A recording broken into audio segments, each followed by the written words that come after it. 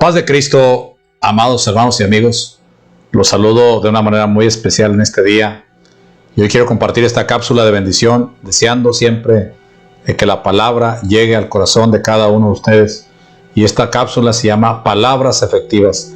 La palabra del Señor dice ahí en 1 Corintios 1:17, y Cristo no me envió a bautizar, sino a predicar el Evangelio, y eso sin discursos de sabiduría humana, para que la cruz de Cristo no perdiera su eficacia.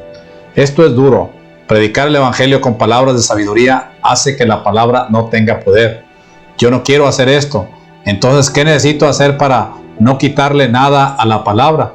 Ser sabio es un problema. Ser creativo con el habla es un problema.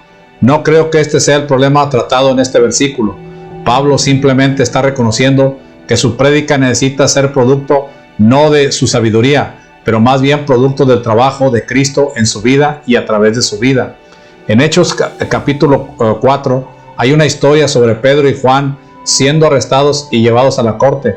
Dice en el versículo 13 que cuando la corte, al ver la osadía con el que hablaban Pedro y Juan y al darse cuenta de que eran gente sin estudios ni preparación, quedaron asombrados y reconocieron que habían estado con Jesús.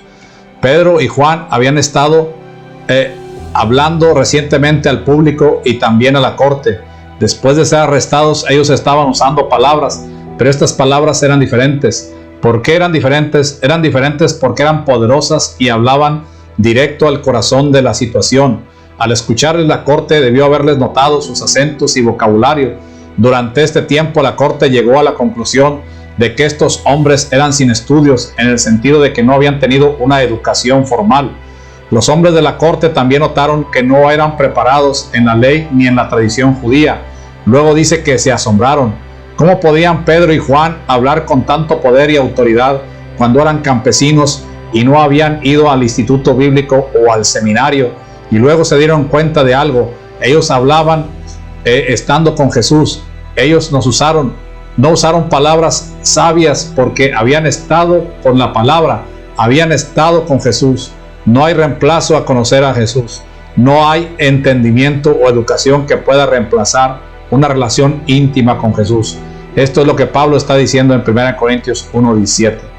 Él no vino a predicar usando una relación fabricada a través de palabras elocuentes o un lenguaje elegante. Él vino a predicar de una relación que él personalmente tenía, porque si tratamos de usar nuestra sabiduría o nuestras palabras sin un conocimiento o relación con la palabra viviente, simplemente estaremos promoviéndonos a nosotros mismos y no a Él, quien nos ha enviado. Quiero ser una parte activa en las personas transformadas por Dios y por su palabra, pero primero debo de ser yo transformado. Quiero la palabra efectiva para mí y para los demás. Que la gente esté siendo cambiada, incluyéndome a mí mismo, o está sin efecto el evangelio que predico. Y la pregunta es, ¿estoy usando la sabiduría en palabras o es el producto de una relación con la palabra? O sea, la palabra de poder.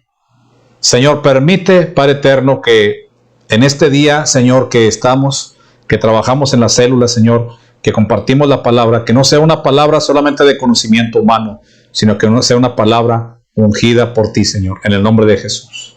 Amados hermanos y amigos, que la bendición de Dios sea sobre cada uno de ustedes.